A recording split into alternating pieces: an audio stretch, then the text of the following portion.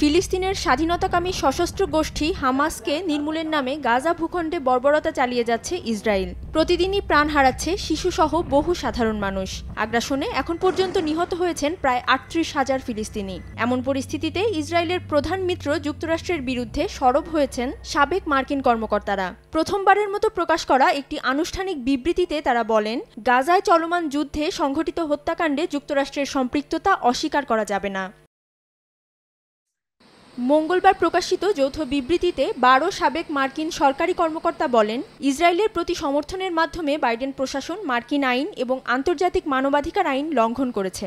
একই সঙ্গে চলমান যুদ্ধ শেষ করতে মার্কিন সরকারকে প্রয়োজনীয় পদক্ষেপ নেওয়ার আহ্বান জানানো হয়।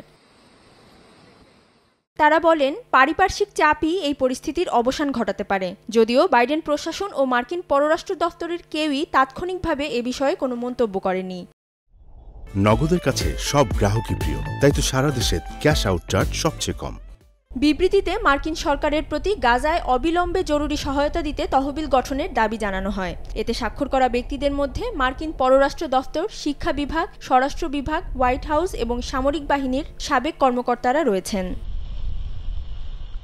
অধরা শ্রেয়সী অথই, সময় সংবাদ।